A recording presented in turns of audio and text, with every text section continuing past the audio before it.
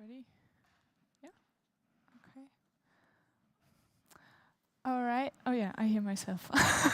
Hello everyone to our panel on nuclear realities. I'm very happy to be joined on stage by three speakers, but also we have Valery joining online. We will see him up here. Hello, welcome. Thank you for joining us online. And we will take a look at nuclear realities this sunny or not so sunny, I don't know, I wasn't outside, Saturday afternoon. And in the midst of ongoing crises, such as the conflict in the Ukraine and the war in the Ukraine, the traditional discourse surrounding nuclear deterrence re-emerges, and a lot of questions are coming up concerning the different perspectives that we also have here on the panel, on historical precedents, on the impacts on decision-making, and we will take a look at that today. So in this panel, we would like to shed light on these nuclear realities with our speakers, and we will have a focus on different regions, states, and the European Union, and we'll take a look at the different realities here. Further, we will take a look at different international organizations, so the European Union I named, but also the relations to NATO, for example, or the United Nations. So we will go a bit through different levels. And as we have a lot to talk about, I don't want to spread this out too much. So without further ado, I'm delighted to introduce our speakers to you. And each is bringing in a different perspectives on this panel. And first of all, we have Alexander Sorg. And Alexander is a postdoctoral researcher at Sciences Po and a research fellow at the Hertie School Center for International Security. And Alexander's research interests include nuclear weapons, surveys, and citizens' willingness to fight. And he has published in International Studies Quarterly, the NATO Defense College research papers, and contributed opinion pieces to War on the Rocks, as well as various German and Dutch newspapers. And in May 2023, Alexander submitted his dissertation on the effect of foreign deployed nuclear weapons on conflict at the Hertie School Center for International Securities, which you're still joining today, the Hertie School Center. We also have Tetiana Melnyk.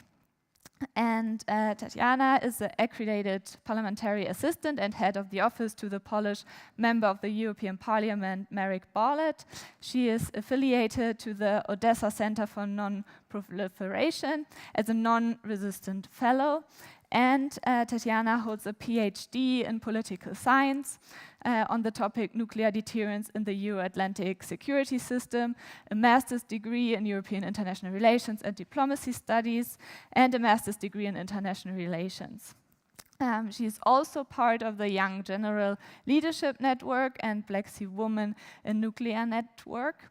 And Tetiana's scientific interests include nuclear deterrence, nuclear weapons, strategy and policy, arms control, non-proliferation, and disarmament within the European and Euro-Atlantic security.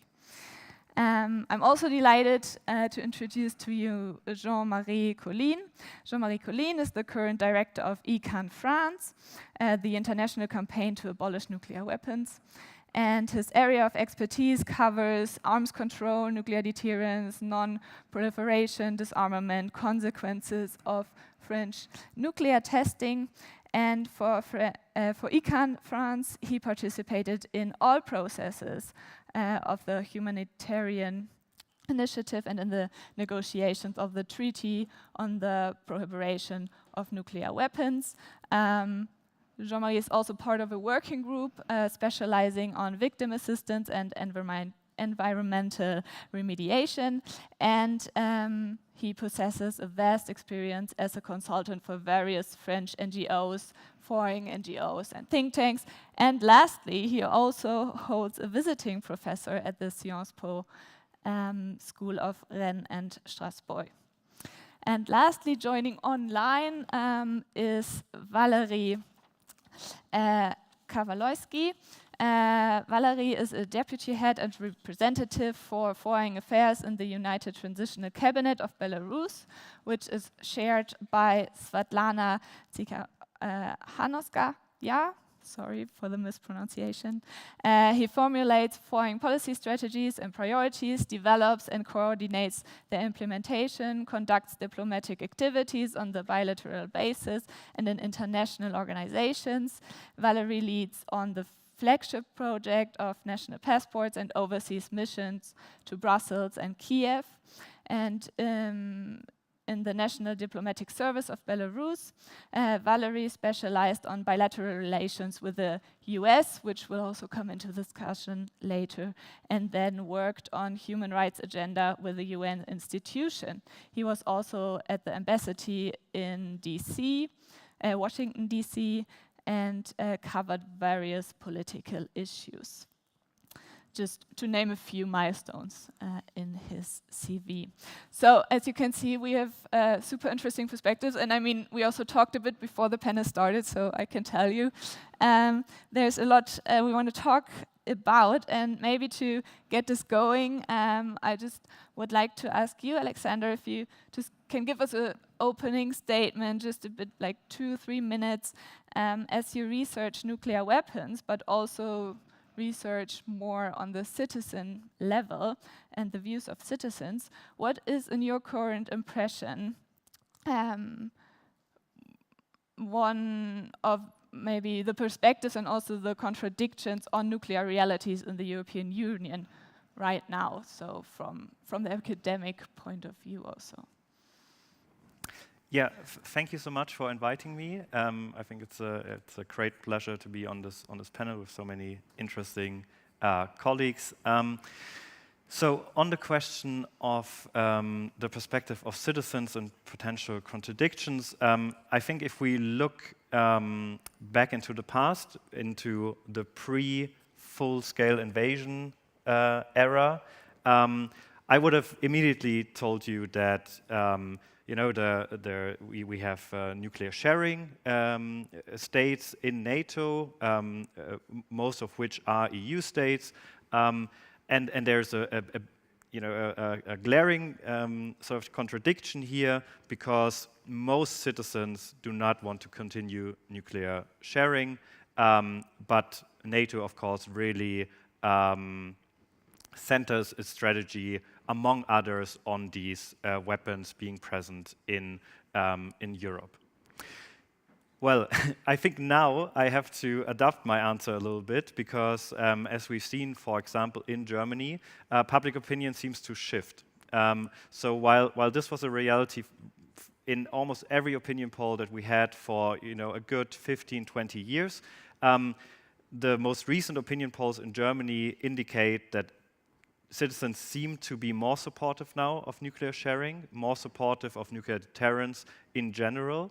And so there is not that much of a contradiction anymore. And I do think, and that maybe now with connecting this to the German policy as well, we can see that in Germany's approach to nuclear weapons, while or at least there is a sort of an alignment here between public opinion and how Germany conducts itself on the international stage when it comes to nuclear weapons. Because, of course, before the full-scale invasion of Russia into Ukraine, Germany had been debating if it should renew its dual-capable aircraft fleet for ages, and basically every government sort of kicked the can and had the next government decide on it, and they didn't decide on it, and so on.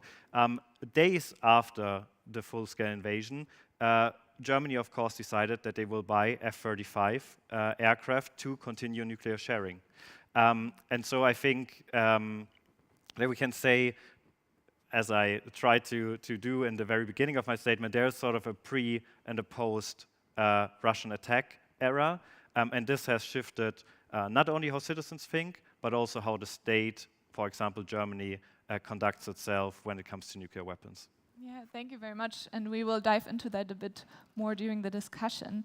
Maybe Tetiana, you work as a parliamentary assistant. You are based in Brussels, as I understood, and that puts you right in the middle of debates in the European Union and the European Parliament. So what nuclear realities do you experience there, and how visible are divergent nuclear perspectives within the European Union, for example, in the debates, in the meetings? What do you observe? Well, first of all, thank you very much as well for hosting me here and your invitation. And I'm very happy also to talk and discuss it with the experts. And I've enjoyed our discussion with the fellows yesterday as well. And I will maybe even share some insights from that discussion with you. Also, I will begin with mentioning one other thing, which refers to the first speaker's question, which is about the positioning and the narrative. I would like to recall also that in 2011 there was a huge boost of non-nuclear sharing positioning in Europe. And that was indeed a moment when the Netherlands and Germany especially were raising the question to the US, do we really need this on-territory nuclear sharing if you can protect us from the US? And I remember that moment, and I remember that there were different scenarios, and it was a serious discussion, and I think it was also more or less possible to see the shift back then in 2011. After 2014, and especially after 2022, as long as we see the ongoing aggression of the nuclear state against the non-nuclear state, which once had nuclear capabilities, I think that the discussion has shifted towards the question, what else can be so powerful as nuclear weapons to stop an aggressor from the attack? And so far, the answer is still not there on the table, but we are all eager to find it as well. And then about the EU, I would also mention that everything that I say is not the official EU position, it's not the European Parliament position, it's not the position of my member of the European Parliament, it's my personal position as a researcher who has also the access and the participation in those structures and in ongoing discussion. And from my perspective and from what I see, I must mention that, of course, the non-proliferation is historically the topic that EU has a say. The non-proliferation and disarmament, I would even say, is something that EU has a history of coordinated position. We have a history of participating and mediating in such international negotiations as in Iran case, which the EU is very proud of and was trying to save at any cost. And this is a very important pillar that EU is working on, and the work continues there, although being very difficult, and including the Iranian case, which it was mostly involved so far. When we come to the security and defense in general and talk about EU as an institution, it doesn't have a big role because it stays as the state competency.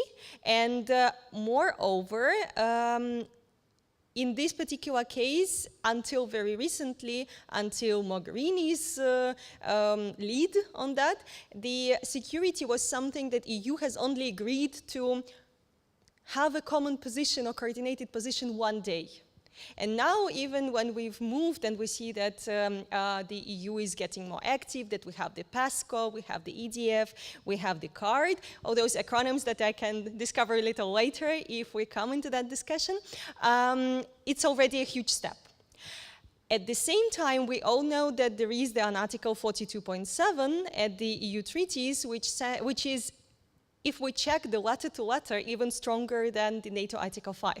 Because Article 42.7 says that all the member states have to use every available capacity to help in case of attack on the territory.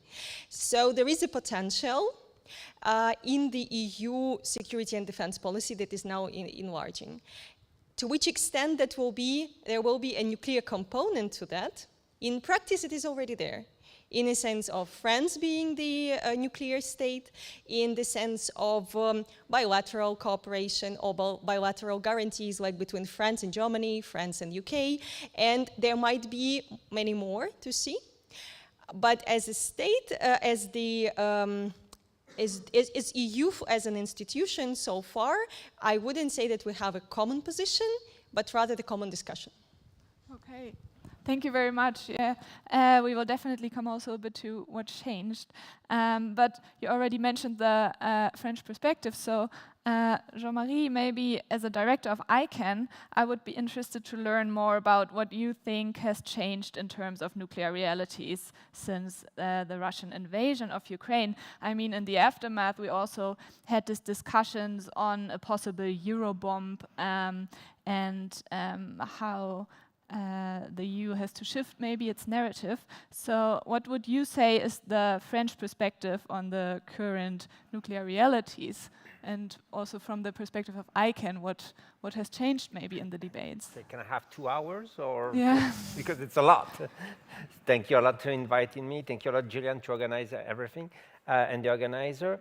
I agree with you. There is some discussions, but not a common positions, because about European Union and France. Yes, France have nuclear arsenals, but there is some state inside European Union who ratified the TPNW, ICAN nuclear ban, so they can't support, help, or endorse any actions which spread the nuclear deterrence actions. So on that point, it's very important. And about how we can see this invasion, if it help or not, these illegal invasions, if it's from Russia's support or give new roles to nuclear deterrence. First, I think the ones who would tell you that nuclear deterrence works or never worked is a liar, because we don't know. Honestly, even with all the experience, historical experience we had, we don't know at 100% if it works or doesn't work. We're not in a scientific experiment. We not do again the experimentations with or without nuclear weapons and see what is it. It's like when when you go inside a plane and you have your lucky charm and you go with security with that or not inside the plane and you have an accident or not.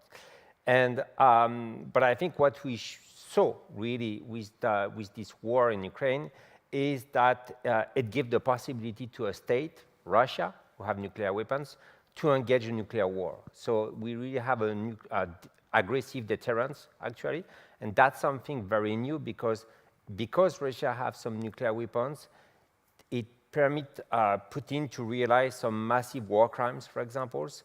It gives a lot of times to the NATO and European countries to decide to really help Ukraine. At the beginning, it was only like self-defense weapons, and only since a few months, and even it's a bit still complicated, that European Union and NATO members decide to give some weapons that they can really target Russia, or can really realize some, really realize some hard, create some hard problem to Russians soldiers. So that's something very new. And that's something very dangerous, because if we accept that a country who can do whatever they want and realize a conventional war, maybe we can have some other examples, and we can look at China, for example. Yeah, thank you very much for also being able to answer this question quite shortly, even though it was a big one. Yeah, Valery, maybe also to bring in another perspective. So Belarus plays a role in the Russian war against Ukraine, and has been quite prominent in debates concerning the Russian deployment of nuclear weapons, or possible deployment. We don't really know what it looks like. So from your point of view, how would you describe Belarus perspectives, and is there even one perspective, or are there also dividing perspectives within Belarus concerning this deployment from Putin of nuclear weapons? Yeah, thank you. And thank you for having me at this discussion. Unfortunately, I'm not with you in person, but I'm grateful for the opportunity to speak about the Belarusian perspective in this, because Belarus probably is in the most unfortunate situation when it comes to this specific period in international affairs, when Russia has essentially instrumentalized Belarus. Lukashenko, who now controls our country, has lost legitimacy and has weakened his position to the degree that Russia can exploit him. In order to stay in power, he's willing to trade sovereignty, independence, and national interests of Belarus. And this is the background to the decision of Russia to deploy nuclear weapons in Belarus. And indeed, we do not have firm confirmation that actual nuclear weapons have been delivered to Belarus, but there's been massive preparation for this. And people have been trained, pilots or Iskander systems teams have been trained, delivery system have been transferred to Belarusian armed forces. But at the same time, what has been missing in all this situation is the will of people who would support such a decision of the regime of Lukashenko to invite and agree to the deployment of nuclear weapons from Russia. From our perspective, this is a very grave threat, danger to our independence, to our territorial integrity. We understand that Russians, when they come with their military, they come for good. They are not there to stay temporarily.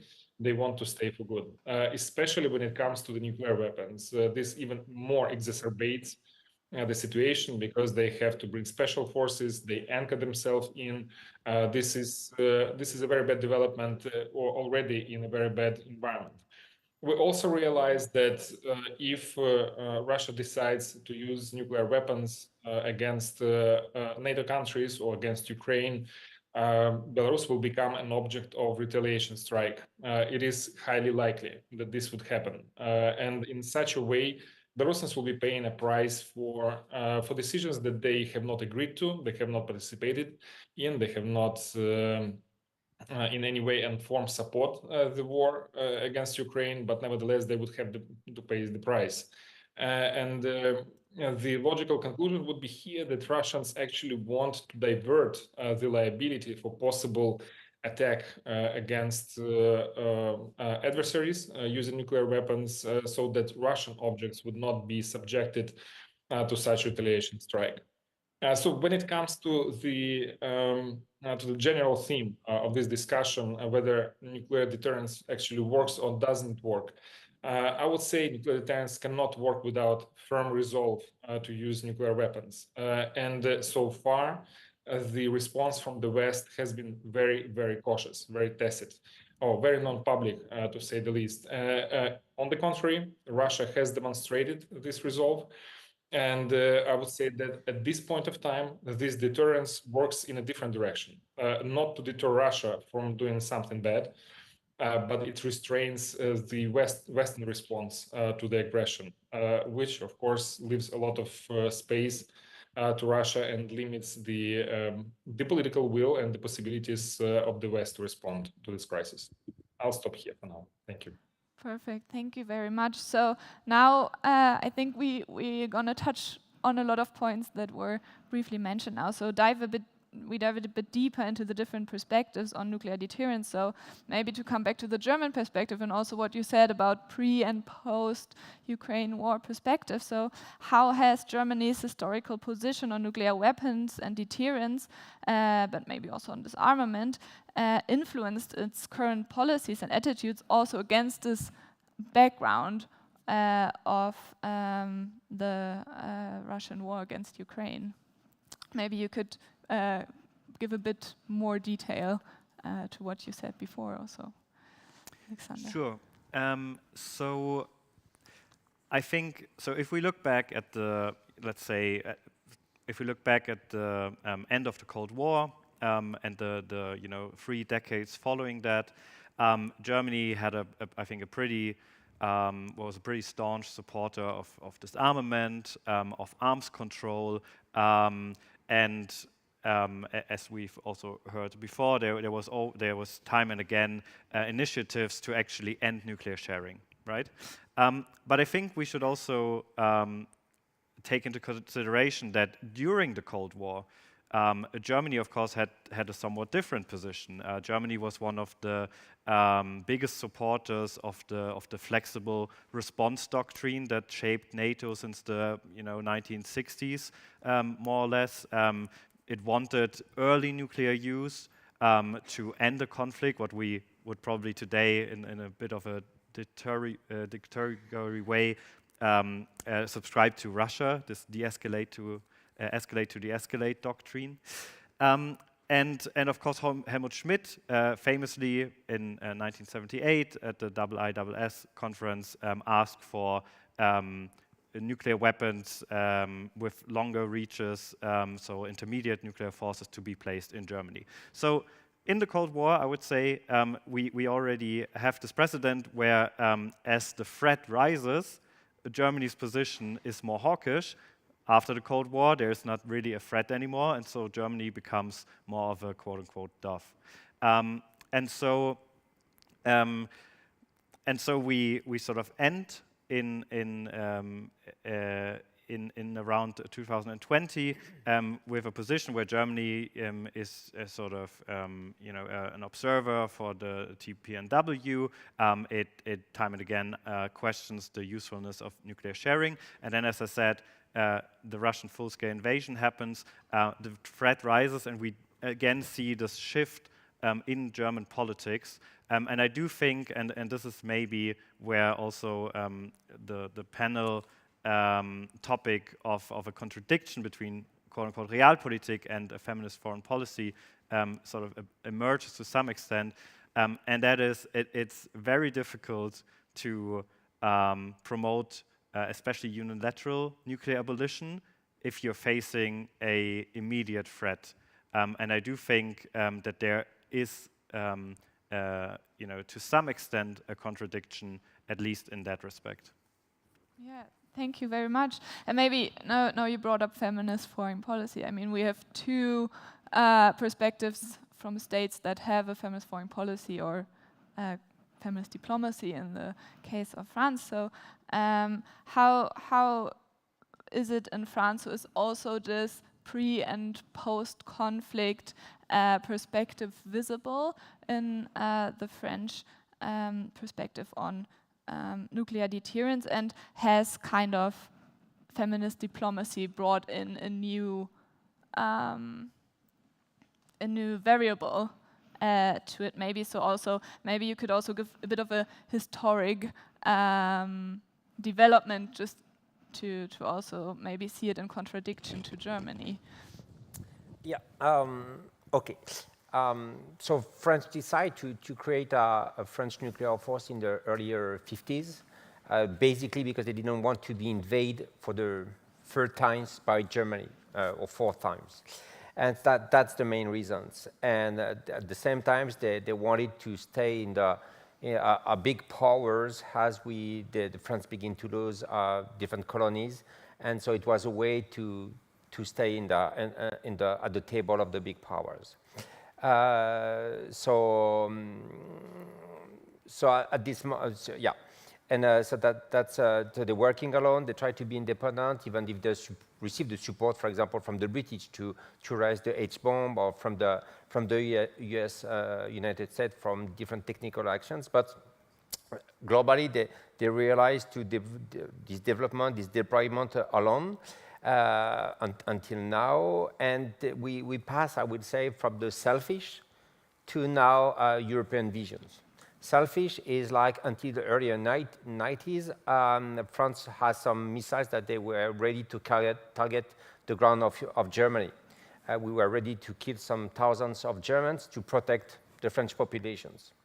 Now the vision is more like we need European Union, or we need European countries, because it can be different if we include UK or Norway, for example. Even, maybe we can talk about that, Switzerland, it's a big interrogation point. We need them for different things.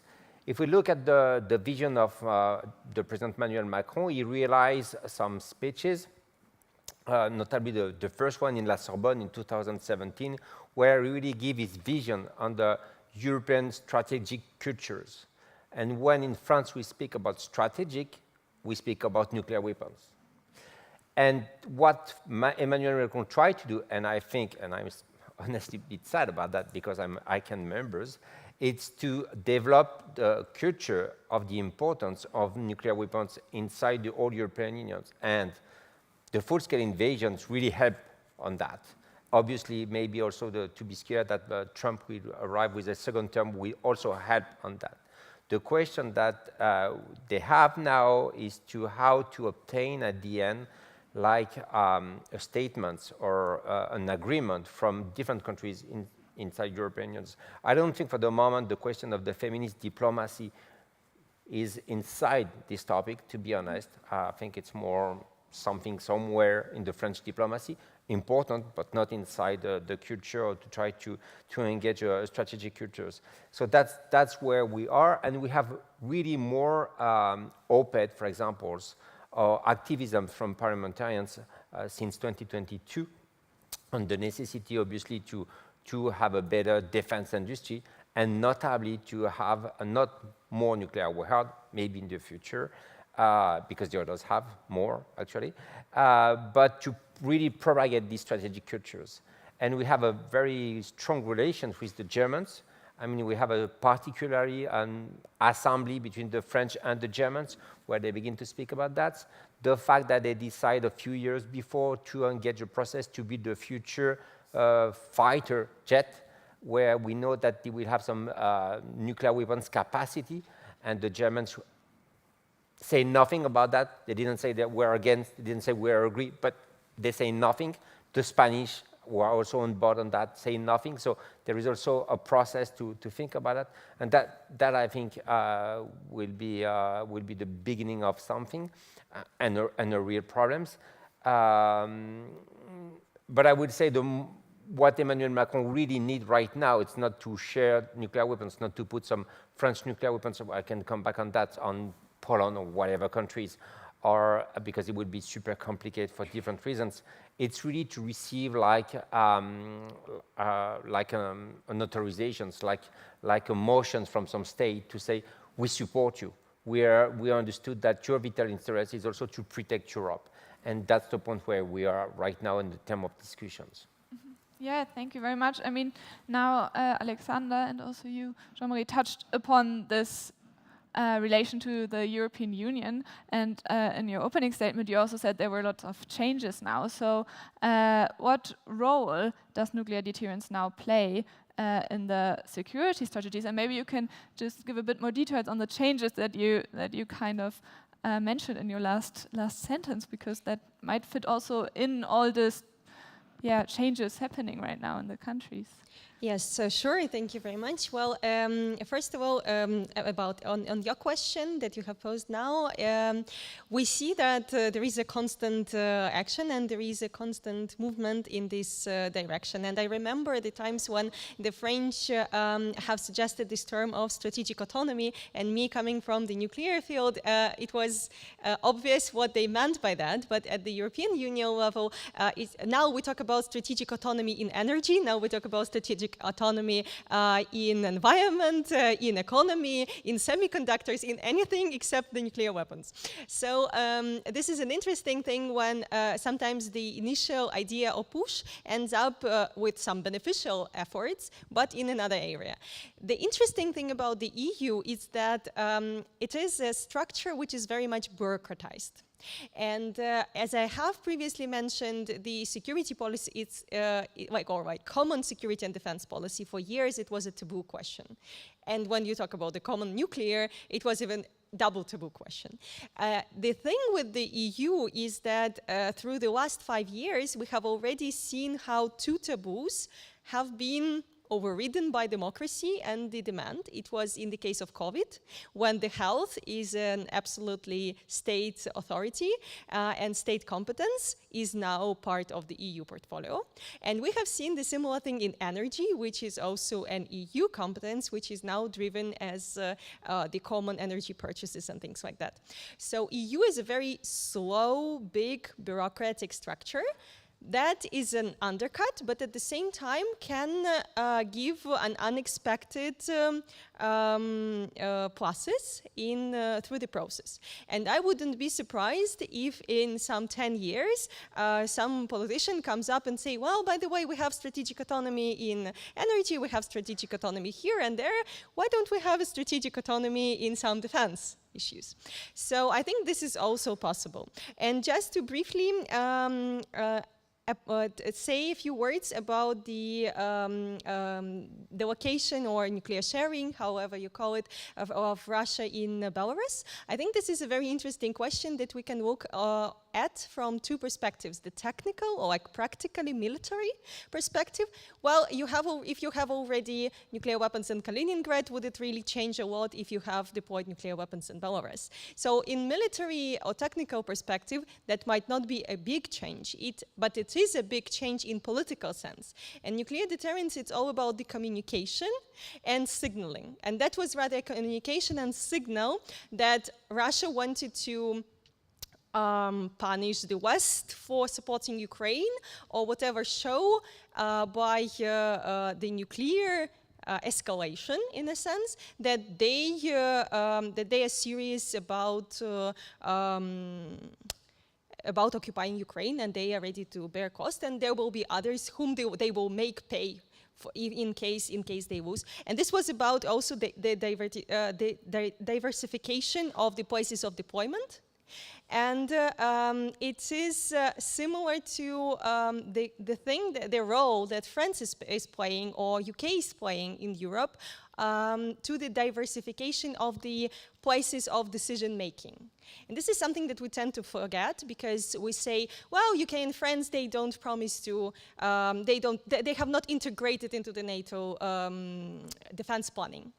But they have created this, they have the two additional decision-making points in the Western structure, which can react independently, aside from the US. And this complicates and makes it more difficult for the aggressor, like Russia, to decide to attack or use the nuclear weapons.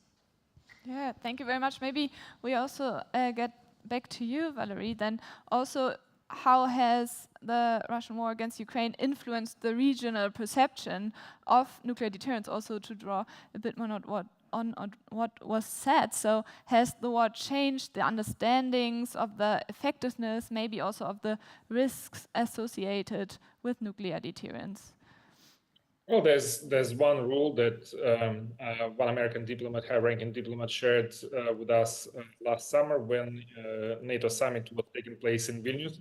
His rule was, there's number one rule about nuclear weapons: you do not talk about nuclear weapons. And that rule has been broken by the Russian Federation, by Lukashenko. But unfortunately, that void from the Western countries has not been filled. And this sort of created this unevenness in the discussion. We have not seen much attention in public discussions from Western leaders, and probably the logic was that Putin and Lukashenko want to use it as a bait somehow to create a leverage to put pressure on the West. But staying silent on this issue has created more space for Putin and Lukashenko to speculate, to use this topic on a regular basis. Lukashenko himself has openly speculated about his own role in using the nuclear weapons, who controls it. Russians, of course, are not eager to see Lukashenko being fully in control, or even partially in control, of using nuclear weapons. But it plays along their lines to scare, to use the scare tactics with regard to the international community, to our European neighbors in the first place. I would also say, like, immediately when Putin announced the decision to deploy nuclear weapons in Belarus, Ukraine initiated a meeting in the United Nations Security Council, and other delegations helped us to circulate the statement of Svetlana Tikhanovskaya on behalf of the Belarusian people, laying out the position that this is unacceptable, this is a danger to our independence and to our European neighbors, in Ukraine in particular. But I would say that we would expect a much stronger position from France, who is the only nuclear weapon state in the European Union. And the European Union, in its turn, has taken a leadership role in resolving the crisis in Belarus, which unfortunately has two facets. One is human rights and democratic institutions, and the other one is the threat to international peace and security, which has resulted from these massive violations, crimes against human rights, and collapse of democratic institutions.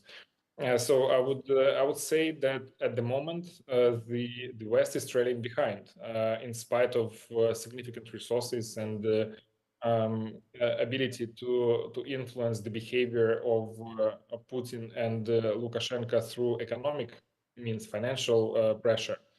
But I would say that specifically in the nuclear deterrence, the leadership is now with Putin and Lukashenko. Yeah, so I mean, we can take a look at the European Union, but maybe we also have to open up to, for example, the NATO. So, I mean, if we come back to Germany and Germany's participation in NATO, how does this influence now Germany's position on nuclear deterrence, also against the backdrop of this current geopolitical climate? So how does NATO play now into this shift to pre and post war perspective? Well, I think Germany is sort of has bought into the idea of nuclear deterrence for, well, a long time, of course, because it has been participating in the nuclear sharing arrangement since the beginning of the Cold War. And this, of course, limits Germany's ability as well to act in the disarmament space, because, for example, Germany can not join the nuclear ban treaty without giving up its nuclear host role.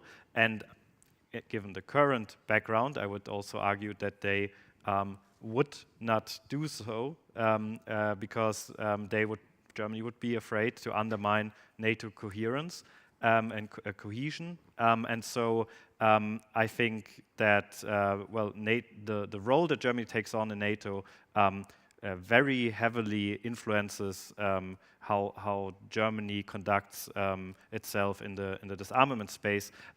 But I might add that this is true for most NATO states, of course, especially now. I think there's an added burden if you are a nuclear host state.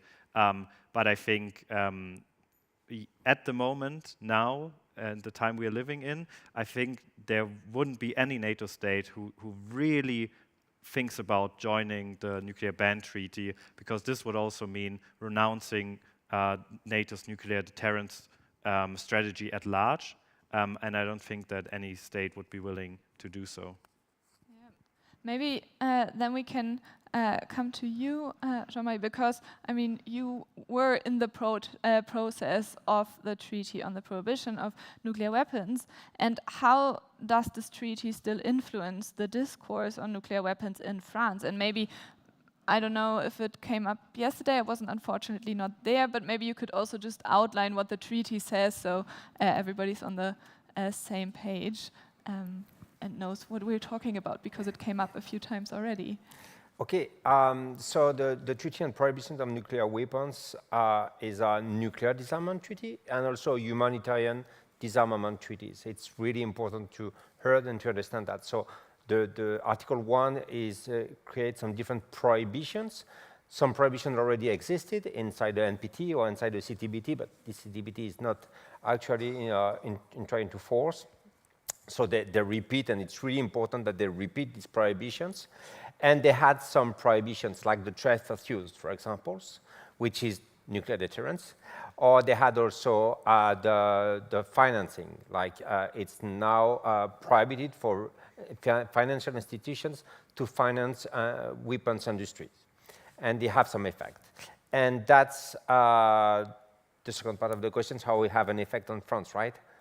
Yeah, and since the treaty was negotiated in 2017 and trying to force in 2021, it had a lot of positive repercussion in France and all over the world. First, there is 70 countries ratified the TPNW, has 3 European member states, Austria, Ireland, and Malta. There is some other huge countries who ratify it, like former nuclear states like Kazakhstan and South Africa, even Cuba. And we know that in the coming months there will be Indonesia, which is really important because it's the 4th nation in the world who have the most important populations.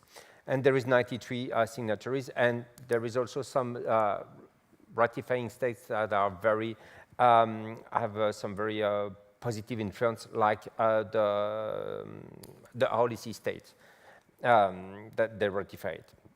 So in France, obviously France is really against the treaties. Try to explain or to show you an image of how they really refused this treaty, and even to say the word TPNW, I will say, is that the first day of the negotiations, which I was very lucky to participate since the beginnings, they organized in the corridor. So you have to imagine behind there is a corridor. We are in the United Nations, and you have more than 122 diplomats who represent different countries. And you have the French, the US, and the UK, plus a bunch of others ambassadors from from the Baltics and the Balkans countries, who protest on the fact that there is a UN General Assembly to try to organize and to realize a treaty to ban nuclear weapons. And the second image is that, for example, when we were extremely honored to receive the Nobel Peace Prize, it's the first time that the French ambassador wasn't there in the room to assist and to see that that the prize was given to organizations. The effect in France, there is 83 cities in France who support the TPNW. One of the biggest one is Paris, for example. So all of them signed some motions to say that they support these treaties because it's a UN treaties. We have some huge territorial collectivities who support the treaties, notably Polynesia, for example, or the cities or the metropolis where I come from, Lyon, which is 59 cities. We have more and more parliamentarians who want, from diverse political parties, who want that France, at least at the beginning, as a first step, participate as an observer state for the future TPNW meetings. Germany done that, and a lot of European countries done that, and I think it's really positive. And it shows that these treaties and these countries really want to see, to understand, and maybe to participate to the second point, which is actually the ones who really works on the PNW. It's the humanitarian part, which is the working assistance on people who were victims of nuclear weapons and the rehabilitations of the place where they was affected by a nuclear test. So that there is some effect, and also effect on the banks. We have more than 300 banks around the world who are now we have less than 300 banks in the world. Before it was really more, who continue to invest on nuclear weapons. And we have some huge bank in France, in Europe, sorry. We had one in France, and they decided to remove its positions, which is show that there is some impact. We have some very huge in Europe, like the Dutch banks, for example, or the KBC bank in Belgium. So this has a real effect, actually. It's a new treaty. I mean, the treaty just have like 3 years, so it's really a young treaty. We should remember how was the NPT in 1971, for example. Just to remind you, France is the last of the P5 who ratified these NPT treaties in 1992 after China. So obviously, I hope France will not take so long to ratify the TPNW, but as you should understand, it's a process. We'll stay there and explain later more if you want. Yeah, of course. Yeah, maybe also there are some questions coming up later on that. So running times. Yeah, so maybe also when we now come up again to the European level, so how, I don't know if the treaty is very present, maybe the European Union level, but the NATO surely is. I mean, how has the relation of the European Union and the NATO maybe changed? You also touched a bit upon in your opening statement. So are there any new or redefined tactics? Are there any new paths explored? So maybe you could give an insight into that. Yes, absolutely. That was something that I would be very happy to talk about, and especially when we talk about EU capabilities, or it is not to be put against the NATO capabilities, because EU military capabilities, mostly we are talking about the EU conventional capabilities, and mostly we are talking about the rising of EU resilience, meaning like if there will be some kind of attack, what citizens will do, how the infrastructure will be based, how you basically, in the EU, we can write it down that, for example, the rails for the trains would be of the same length or like width so that the military equipment can be transferred easily. You cannot do this in NATO because in NATO you have a political position. So these practical things is like obviously more easy and more logical to do at the EU level. And I will touch upon the NATO question in general because in NATO we have a few differences to the EU. For example, one of those is a strict position on the Treaty of Prohibition of Nuclear Weapons. There is a common position that the NATO member states are not participating in the treaty for now. In the EU, there is no. And in NATO, we have also seen a very serious shift with the new strategy with the, in 22, where that was basically the accumulation of all the developments, because the previous NATO strategy was back from Obama times, when we were talking about abolishing nuclear weapons or getting to nuclear zero, and when it was called like the Obama nuclear posture review was the most European American positioning, and the EU strategy and the NATO and the EU and NATO positions back then were the most pro-American. That was kind of a mix of common understanding in that area, and it was going towards nuclear zero. Now, in 2022, we have seen a shift back in NATO from collective security back to collective defense, the initial role of NATO. We have seen much more focus on military capabilities, and we have seen much more place and space and attention dedicated to defense and nuclear deterrence. Pity to say that the nuclear non-proliferation is now given much smaller space in the doctrine, in the strategy, but it is still there. The biggest amount and the role, I will cite, the role for nuclear arsenal is to preserve peace, meaning that the NATO countries will not be attacked and will not be attacked by Russia or China or other actors. Preventing coercion, and when we talk about coercion, or you were mentioning like the threat of use of nuclear weapons, that's usually, I would rather differentiate between deterrence and coercion, and would say that the threat of use is the coercion, and this is what Russia is doing. So one of the goals for the nuclear arsenal for NATO is to prevent this kind of coercion against the the NATO states, member states, and to deter the aggression itself. And one more thing is that for EU or European countries, I would say that we need still to build up the capabilities as part of this NATO overall structure as a separate pillar that that will contribute into the defense. And even if we look, you were mentioning one of the NATO strategies back in the times, I will also mention the idea of the sword and the shield. In a sense, this is one of those concepts that we are now rethinking again, because in a sense, we can see that both European part of NATO and EU, European countries, however you name it, and the American part of NATO have to play their roles.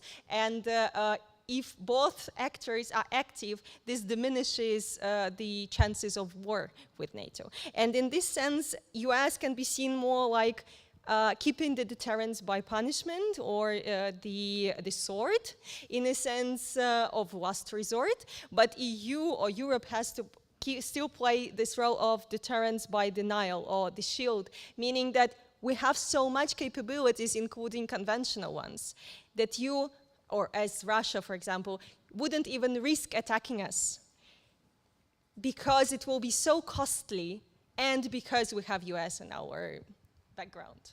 Mm-hmm. Yeah, maybe, I mean, Valery, you specialized on US relations, so maybe on the US we get you in here. So how do the US and the European Union approaches to nuclear deterrence align from your point of view? So Tetiana, you touched upon this. So, and I mean, we saw that there was a shift now also in this relation. So maybe you can give us a bit more details about how the policies influence each other. So how does the US policy influence the European Union and vice versa? And do we see some shifts now? Well, thank you for this rather challenging question. I can rather speak about the Belarusian perspective on this particular problem.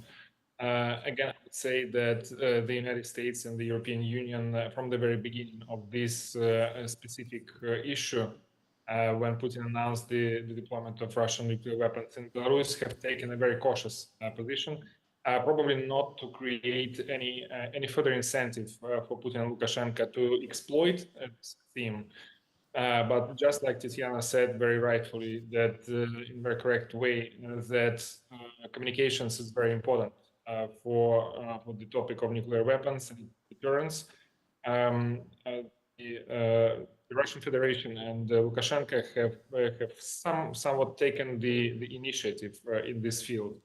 As far as we're concerned, we're pushing for more active position from the United Nations, from the United States and the European Union, in particular, to bring this issue to the UN Security Council, to the IAEI, to raise the issue of violations, of possible violations of the NPT.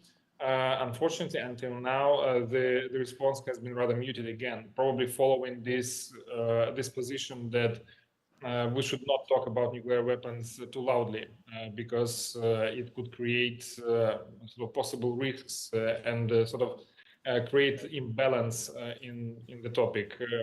But while the West is being constrained in this rhetoric and in this approach to deterrence, Russians and Lukashenko are not shying away from this confrontation. And at the moment, I don't see any particular coherence in the response from the United States and in EU to this specific challenge. And going back to the relations with NATO, just a couple of weeks ago, Svetlana Tikhanovskaya met for the first time with the Secretary General of NATO and briefed North Atlantic Council about the developments in Belarus, and nuclear weapons deployment from Russia to Belarus has been one of the themes that has been touched upon in her remarks and in the concerns expressed by permanent representatives. But generally, at the moment, we want to use this avenue of political relations with NATO, and we want to limit these relations to only political segment, but we want to use this to bring to the attention of diplomats, of specialists, and leadership of the North Atlantic Treaty Alliance to inform them about what actually is going on in Belarus, because we have a significant amount of information about the activities of the Russian military and the preparations of the Belarusian armed forces in concert with the Russian military. Again, everything that is going in the direction of further escalation of confrontation with the West. All right, thank you very much. I mean, I would have a lot more questions, but I think we open up the floor for your questions and remarks, and also if there were points that were made that we could not go into more detail, so please feel free. I think we have a microphone. Yeah, Jillian, thank you very much. Yeah, so please just raise your hand and then we will take your questions in.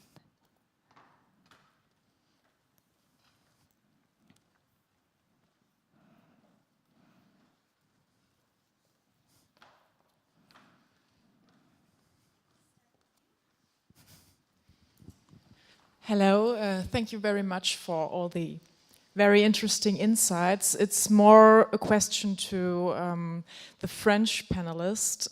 When we're talking about opening up the French nuclear protection to Europe, I mean, we are still at the beginning of this European discussion, but when we are talking very basically, the French nuclear program is based on the strict suffisance, donc the real bare minimum for protection of the French territory, and how would it even technically be possible to enlarge this on a European level when in France it is based on this bare minimum, where France in the 90s already abolished the ground-to-ground capabilities and reduced the nuclear heads, etc. So that would be my question. Thank you. Yeah, thank you. Okay, thank you for the questions. Just a quick state of play of the French nuclear arsenal. So yeah, it's around 300 nuclear weapons, 2 components, one submarine always at sea, 40 Air Force jet fighters Rafale, plus 10 normally on board the aircraft carrier. The budget is really increasing these last years. It was like 10 years ago, it was like around 3 billions. Now it's 6.3, and it's going to be almost 7 for the next 15 years from next year's. And so how, yes, we have this strange concept of strict sufficiency. We can say a lot. I don't think it's about how many nukes we need. It's more about a question of finance, because if we have more nukes, it would cost more. Then we need to have more submarines, more missiles. And as a former French ambassador says, what we could not destroy with 300, that we could destroy with 400 or 500 nuclear weapons. So in case we decide to share the nuclear weapons, there is this question that maybe still we will need to have more nuclear weapons, because we will need to put some weapons in some other territories. Again, we arrive on a basic problem, like how long it would take to share and to base some French nuclear weapons in some other territories, because you need to have some specific infrastructures. We can see the case of Belarus. The announcement was made like 2 years ago, and we have still no ideas if it's really realized, and we suppose that will be not realized before 1 year's minimum, probably.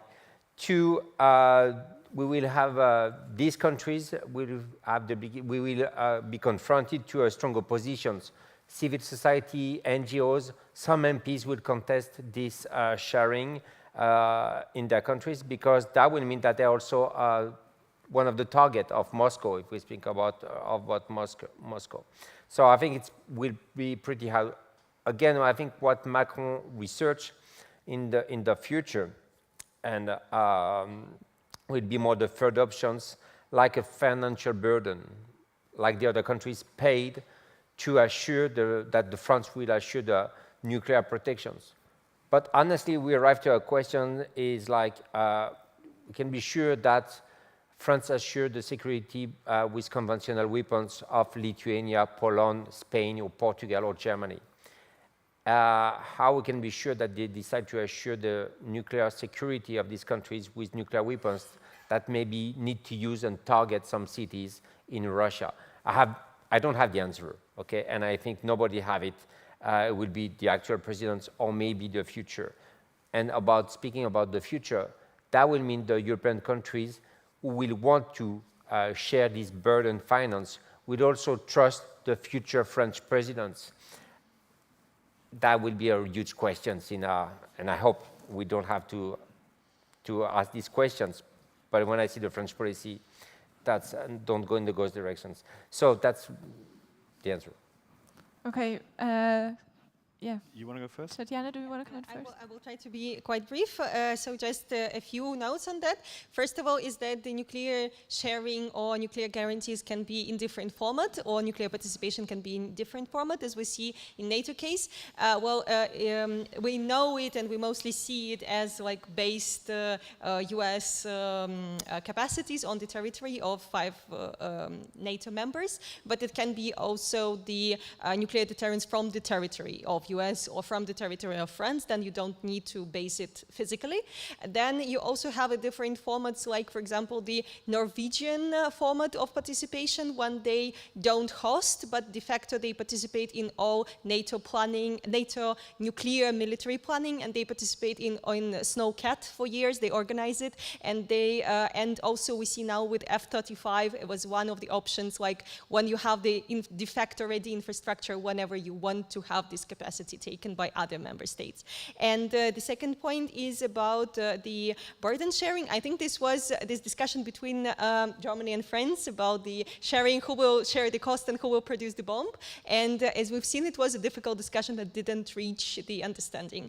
Although I think that for those countries that want to host and that already now say that we want this sharing, give those bombs to us, they are already targets by Moscow, and they know it, and that is why they want to rather, they don't see this risk there. And third, but last point is about the European deterrence strategy that we were discussing in our COSI yesterday nuclear discussion with the fellows. This is one of the concepts that have come up, that maybe one of the first steps is to create the European deterrence strategy.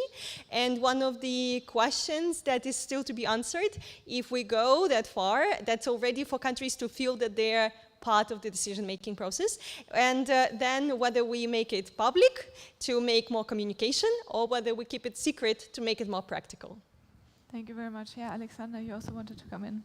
Yes, I wanted to briefly jump in because I know that I take a bit of a sort of, that my position is a bit of a minority position in the field on this, but I don't think that the possibility of a French sort of extended nuclear protection is as unlikely as some people make it seem. And that is because if you believe in the logic of deterrence, it's of course about resolve and capabilities. And I would argue that at least in this resolve dimension, France is actually much better positioned than the US, because for France, if let's say Germany was attacked, this would really hit close to home. I mean, you know, like actually by, you know, being a neighboring country. While for the US, well, they're on another continent. So the resolve question, I think, it's much. There's much more to say in sort of arguing that France does have a stake there. Capabilities, yes, of course, the United States has a much larger nuclear arsenal, but again there, because then there's also always the question, well, France only has strategic, not tactical nuclear weapons, but for the longest time, until there was a renewal of the infrastructure in Europe, we relied on tactical nuclear weapons in Europe that would have been delivered by completely outdated aircraft. So I don't think that this was a particularly, for you know, a good 15 years, a particularly credible lack of the nuclear deterrence infrastructure. So I think personally that there can be discussions, given that, of course, and that's only when these discussions would really take place, given that the United States would some respect draw back from Europe and no longer offer its protection. And then I think, well, there's not really an alternative, and then the best of the worst, would be to pursue the French option. Yeah, thank you for bringing in your perspective. Yeah, are there any more questions? I think there were a few more.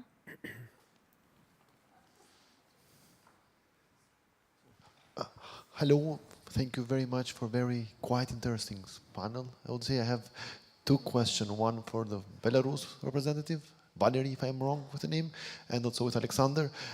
In my perception, it is a better world without the nuclear weapons, but I guess the feeling that this is an old story now. Nobody believes that we have to get rid of a nuclear weapon, so at least what I get around. I have a question related to the Belarus.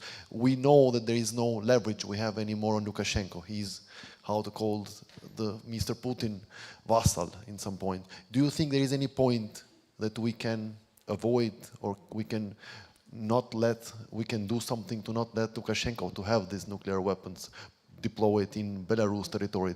And to the Alexander, in another perspective, do you think a Germany with nuclear bombs, I know that there is a huge historical, political, economical, and we can continue with on and on and on.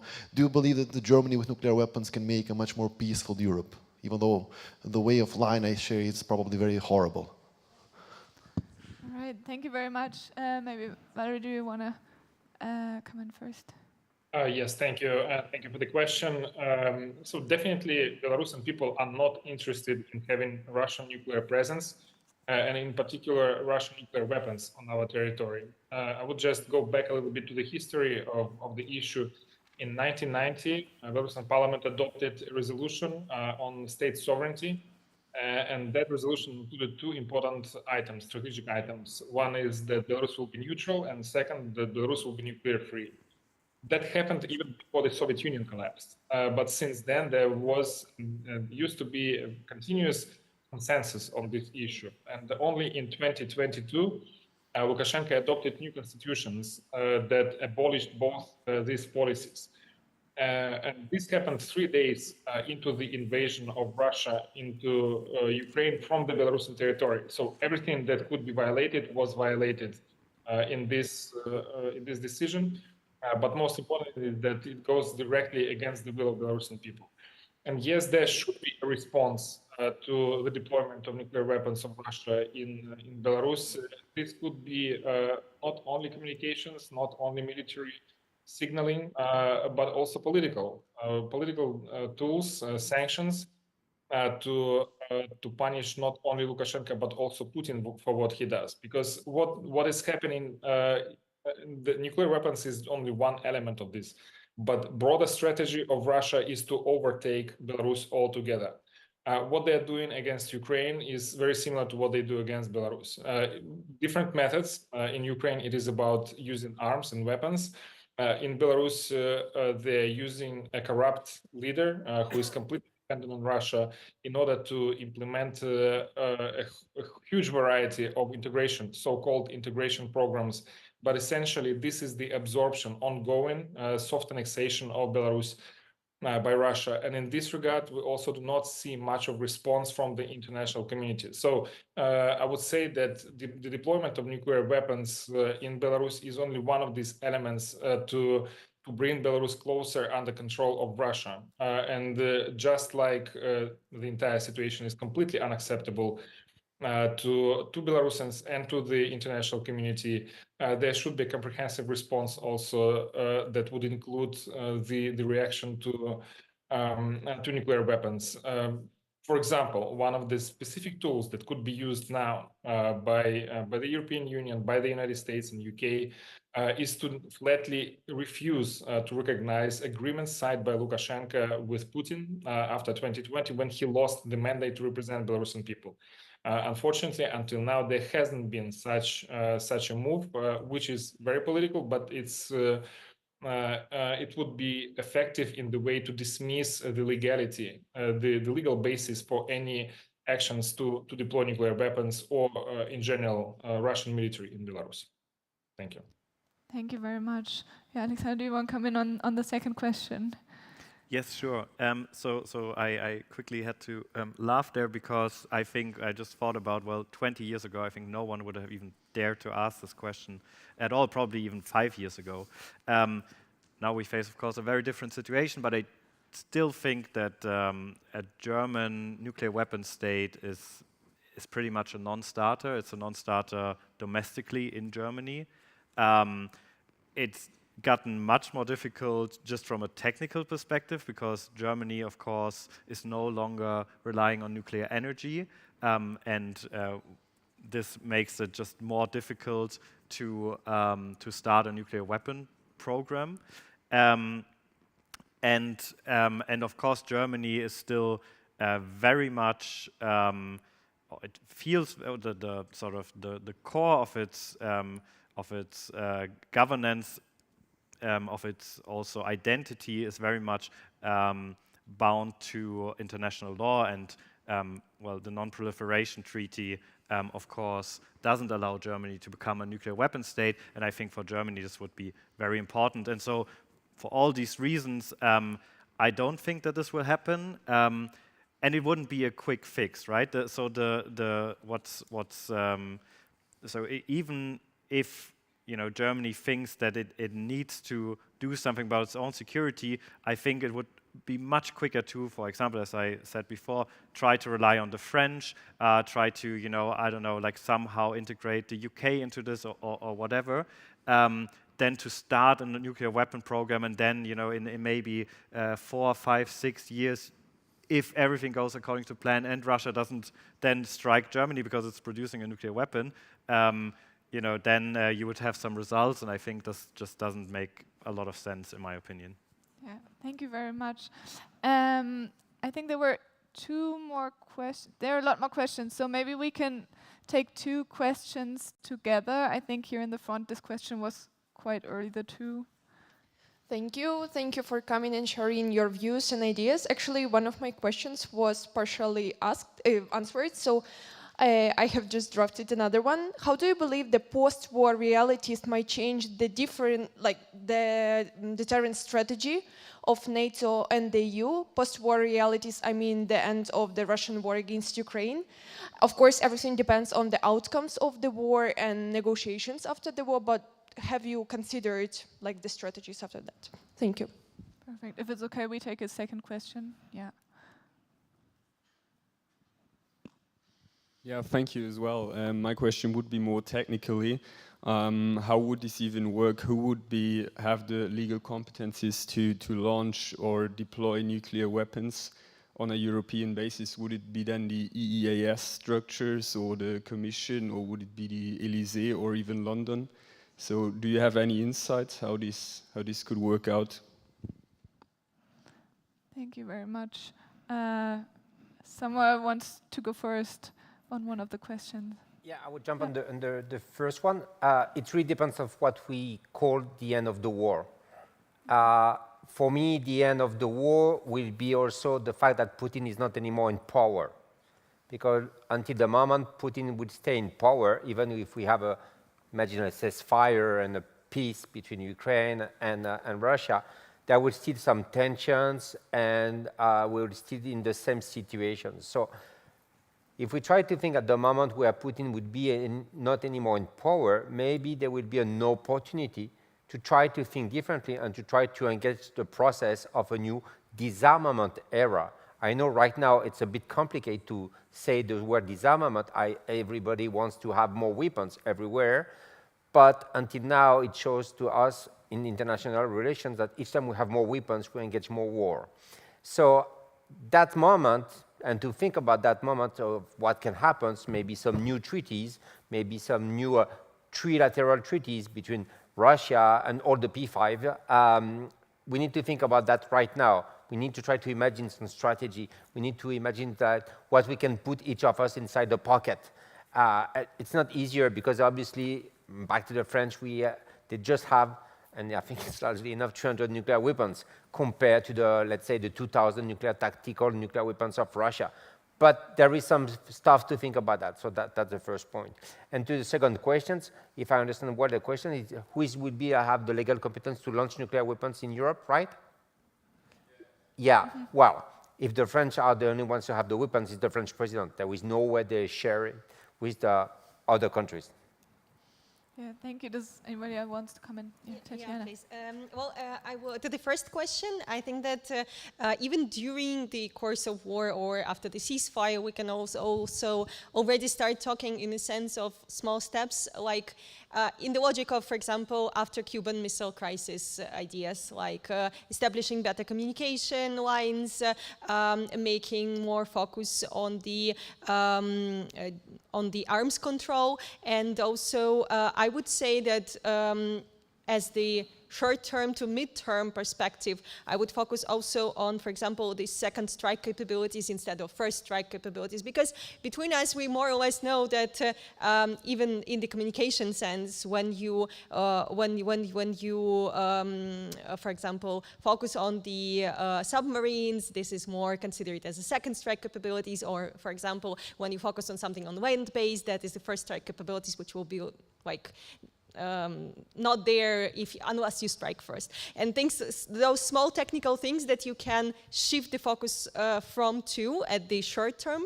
And then also, I think that humanitarian actions and humanitarian initiative, it's also something that can combine the effort, and we shouldn't wait long for agreeing and working in that sense. As well as on the basic understanding of responsible nuclear weapons code of conduct. Something that we between us, we understand that some countries which have nuclear weapons act responsibly and some don't. And it would be amazing if we can agree on the code of conduct for this short term to mid-term. But I also agree that in case everything goes well and Ukraine, being Ukrainian, I sincerely hope, wins this war and in a sense of taking back its territories. And Russia comes back as an responsible actor of IR. I also have big ambitions, and while I am not a big fan of unilateral disarmament, this will be a momentum with the responsible Russia to sit around the table and talk about the nuclear disarmament. Yeah, thank you very much. Yeah, Valery, you also want to come in? Oh yeah, thank you for noticing my hand. Actually, in this question, the assumption is that the war ends and without nuclear weapons being used, and I think that this assumption is somewhat premature. It is still possible that there is a scenario that nuclear weapons could be used. We see that Putin is pursuing a zero-sum game. He is not willing to give in. He wants to pursue his goals no matter what. And I would not say that he is not fully unsuccessful on this path. I would also bring here China. Initially, when this news broke out that Russia is deploying nuclear weapons in Belarus, China was not happy. And during that meeting in the Security Council on March 31st last year, China was quite unequivocal in sort of saying that this is not the best of developments. But the bigger context is that the events between China and Taiwan are now unfolding in a somewhat escalatory fashion. So I would look at this post-war arrangements with the understanding that not everything that could happen has already happened. And this would influence the post-war arrangements for nuclear weapons. Thank you. Yeah, thank you very much. Do you also want to come in? No? Okay. I mean, we started a few minutes later. Is it okay if we take like 5 more extra minutes? So there were so many questions, so we can take 2 last questions if everybody promises to answer quickly. Perfect. I mean, here in the front, this question was there for like from the first round on, so maybe, yeah. Thank you very much. I tried to be brief so that can be many more questions. My question refers a bit to this golden rule of not talking about nuclear weapons that I think, Valery, you have referred to before. And I had the feeling when you said, well, maybe the West is leaving the discourse to Russia and Belarus on nuclear weapons use, and they are keeping silent on that you said, well, what they should do is basically claim that discourse back and talk about nuclear weapons. So my question would be why that would be a good idea, and what do you think about the argument that it's actually a good idea that the West is, quote unquote, not breaking this golden rule of not talking about nukes all the time? Thank you. Perfect. Thank you very much. Maybe one last question, and then, yeah, in the back. Your choice. Is it okay if we take both? Yeah. Thank you so much. Quick question, long question. Who has been to Hiroshima? Raise your hand. Good. Long question. I was there this summer, and we're talking about the options, the logics, about what we can do, what should be done. But when I was there, I was quite emotional. As a medical student, I will never forget what I've learned about the lives that were affected post-war, with leukemia, the people that were not involved with the war, getting affected as well. And that's a moral aspect that I always don't see mentioned in these kind of debates, but should be upfront. Who are we to decide the logics of people in the future that might have terrible effects on them? And that's a weird standpoint. I do agree. We have this mutual assured destruction theory. There's a lot going on. But I really want to know, what can we actually do to make sure that globally the talks about the abandonment of nuclear weapons stays up front, because there is nothing to win. There's only to lose. There's only to lose. Thank you very much. Yeah. I think it was one more question, and then would not be so fair to not have that one. Hello, thank you very much for the insights. I'm asking from a British standpoint.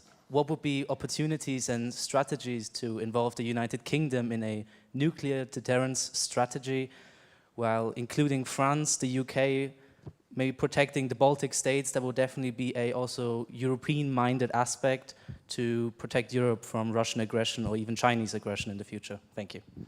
Thank you very much. Okay, 3 big statements and questions at the end, but maybe we just do a round and you can answer to the questions you feel drawn to. Yeah, maybe we start with you. Okay. For the moment, never had the possibility to be in Hiroshima, but I've been in Kazakhstan and I visit the semi-Palatin state site. And I'm in contact a lot with my Algerian friends or Polynesians, so I know the consequences. I know how long these consequences can be. I know how the stress people can have. Like some mothers wants to have some kids and have some very interrogation if they are going to give some disease to their future kids. So that's a certitude, as you say, that there is nothing that we can win. And the P5 endorsed a statement like 2 years ago that a nuclear war cannot be won and must never be fought. So I think it's time for them to react and to pass over the words, because they also said on some other words that were very interesting at the G20 2 times. They say that the threat of use of nuclear weapons is inadmissible. That's why it's really important that the TPNW, the NGOs, the ICAN campaign is behind that. It's really to push and to focus on the humanitarian topics, to reverse the question of the security to insecurity. And that's something that the topic changed since 2017. That's why right now we speak really more about these questions of what would be the humanitarian catastrophic of the use of nuclear weapons. Is a state or a city ready to confront of that? Do we have enough capacity? Do the Red Cross, the ICIC can realize something, or there is nothing to do? Because there is no plan B in case of the use of the nuclear weapons. It's over. I mean, we can't try to imagine. And if you ask the questions to some military persons, what will be the plan B after you use it? Nobody can answer. And that's very different weapons. And I will finish on that. I promise. Normally, when you do a war, it's to win the war. When General de Gaulle went to London, it's to come back and to win the war and to have again a nice France has probably, and I hope all of you knows. It's not like to destroy France forever with the use of nuclear weapons if he had some nuclear weapons. So that's really what we have right now. These weapons, it's really a weapon of mass destruction, and it's something that everybody should remember each time they speak about these questions. Thank you very much. Yeah, Tetiana. Yeah, thank you very much. I will then continue on that question. I will try also to keep it short, but things that I want to mention is that I absolutely agree with the logic, and as I've mentioned, the humanitarian actions is something that can be done already now, I strongly believe. On the other hand, I also know that as Ukrainians, those were the logics and the reasonings why we have given up our nuclear capabilities, and this was the logic behind the Obama strategy when he was going on some unilateral steps, for example, like no targeting, or when he was talking about nuclear-free world, or when he was talking about switching to conventional capabilities. But I also know that for Russia, that meant, oh, US wants to increase their conventional capabilities, including in Europe, to attack us. And that has given an opposite effect on the adversary. And I also remember the example of League of Nations, when the countries have agreed with the best intentions to get together and to have all this code of 10 points of vulnerabilities, etc. But when the main actors, key actors, were not part of that solution, that didn't work. And this is why I strongly believe that yes, world without nuclear weapons is possible, but then the actors who have nuclear weapons have to be part of that solution. In other cases, it just doesn't work. And I also know that in the case of current ongoing war, when the moment when Russia has stopped threatening that there might be a nuclear accident in Ukraine or tactical use, was when US and UK have stated that no, because in this case, we will use any means to respond. And this is why NATO cannot go non-nuclear unilaterally, in my opinion. On Belarus question, I will also mention that in Russian logics, we can talk to another actor as peers if they have the same capabilities logic apply. They were numerously mentioning it, and they were saying, well, only after the moment when US has got these mid-range capabilities, now we can talk as peers. This is why they also want to have their nuclear sharing to discuss as peers the nuclear sharing question in Europe. And this is the problem for NATO now, because then it questions the previous status quo, and it demands either the next escalatory step in order to come back to this balance, or the escalatory stop already now at this stage from both sides. And last, very shortly on UK, I think it's already the big question that has to be answered, and it is possible to answer it because as part of PESCO, when permanent structure capabilities in EU, there is already envisaged the participation of the relevant third parties, and UK, it was especially made for UK, but also other countries can participate in this sense. Perfect, thank you very much. Alexander, do you want to answer to the question? Yes, so I'm also trying to keep it brief, Yes, and I will please. mostly focus on the Hiroshima question. So I've been to the museum. I was also very much touched by the suffering, of course. As a side note, I also thought I was very surprised that there's almost no mention in the whole museum about the role that Japan played in the war. So you have, right, there's like inscriptions about how South Koreans died in Hiroshima because they were at the time in Hiroshima. Well, they were, of course, kidnapped and had to do forced labor there. So I was quite surprised about that, but still, there is always this moral aspect, and you're very right to point that out. But I would agree with you that the problem is, and it's a classical example of foreign policy where you have no good solutions, right? Because yes, if you talk about nuclear use, it will always, you talk about attacking civilians, basically, or in most larger use cases, there will be civilian harm. And that's, of course, not acceptable. At the same time, if I very much believe, if now NATO states gave up their nuclear weapons, there would actually be an increased a threat that Russia would use nuclear weapons, and then you would have that civilian harm. So I think this is just a really difficult question. Maybe one last point, because you earlier mentioned that we don't know if deterrence works. This, of course, what I'm saying hinges on the assumption that deterrence works. We will never be able to prove that, but I think there is, and to just give you one data point, when we look at the archives of the Soviet Union, over time when they realized how destructive nuclear weapons are, Khrushchev sort of changed his mind, right? And he went from this idea, very Marxist, Leninist idea that there will be a war between the capitalists and the communists and you can't avoid it, to, well, we have to avoid it, because if we have a nuclear war, then we are all doomed. And so I think this gives you an idea that in the minds of most leaders, there is a deterrence effect of nuclear weapons. Perfect. Thank you very much. And Valery, do you also want to comment on the questions? Yeah, definitely. I would start with the intervention on Hiroshima. You know that Belarus suffered more than any other country from the Chernobyl catastrophe, from the nuclear fallout. I myself grew up in this area that was contaminated from the Chernobyl catastrophe on the border with Ukraine. I was 10 years old, and I was not affected myself personally, but many people around me were. And until now, the repercussions, the consequences of this have been in Belarus among many people.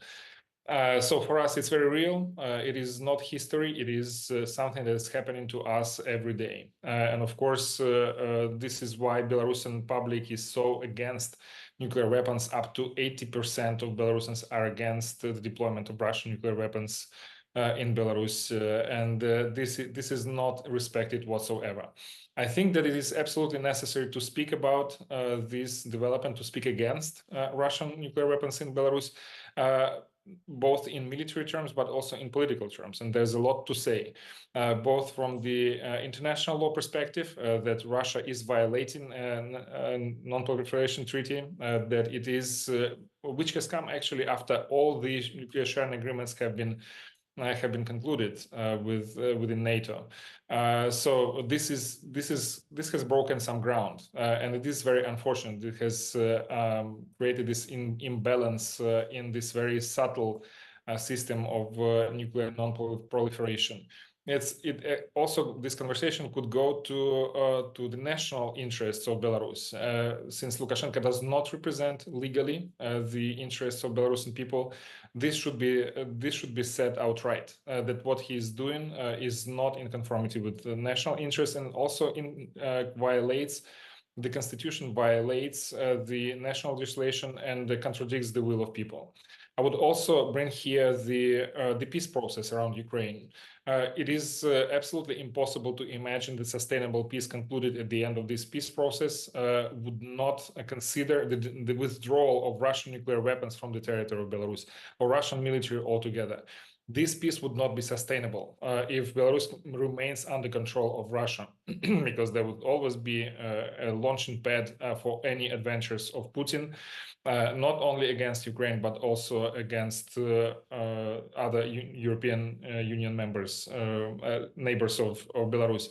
And finally, also a technical position, but still very important, that there would be no retaliation strike at Belarus if there is a possible launch from Belarus of Russian nuclear weapons.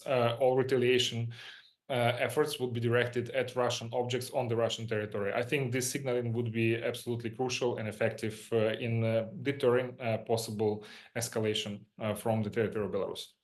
Thank you. Perfect. Thank you very much. As we are already over time, I just want to give 1 minute for you to be able, if there was something you really wanted to say, were not able to say, or if you have a take-home message in 2 sentences, just to close this up properly. Yeah, I would like to give you the floor to do it, but as we're already over time, yeah, please keep it short. So, Jean-Marie, are there any closing statements or take-home messages? Well, there is never a good time to disarm.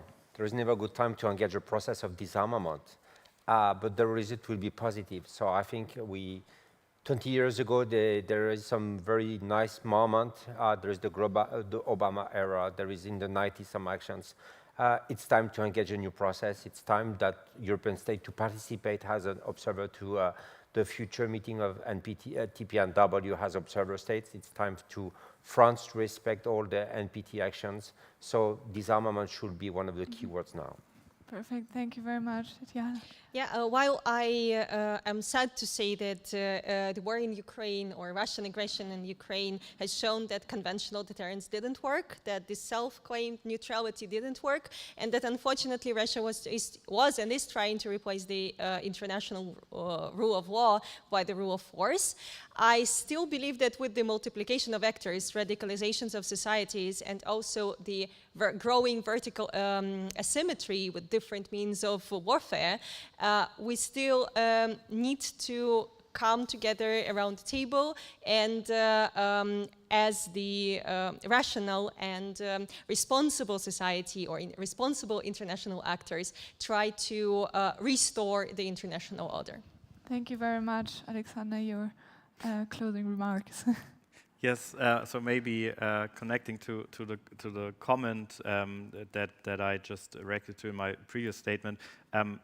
As a closing remark, I think it is important to always keep in mind that nuclear weapons are dangerous, right? That's why they deter, but it also, of course, means that they can be used. There can be a nuclear catastrophe, and so I think that it's very important to keep this in mind and not talk loosely about these matters that are that can be crucial for human life, right? And so that's why while I don't share every position, I always sympathize with the humanitarian and ICAN sort of perspective on these things. Thank you very much. And Valery, your closing remarks. Yeah, probably it's not going to be exactly about nuclear weapons, but more about the role of Belarus in regional security. Belarus should not be overlooked. It remains key to the developments. This is the place where the war was started, the invasion of Ukraine, but this is the place where the war could end. And we should not wait until the hostilities on the front lines would end. Belarus remains this a sort of overlooked opportunity to influence the entire regional situation. And nuclear weapons in this regard, while it is something that is ongoing beyond our control, but this theme is actually ripe for action, ripe for political communications, for messaging that needs to put Russia and Lukashenko on defensive. Thank you. Perfect. Thank you very much. Thank you to the speakers. Thank you to all of you that you stayed a bit longer to give everyone the opportunity to kind of ask the questions. And thank you for all your insights. Yeah, and let's have a break now before the next panel starts.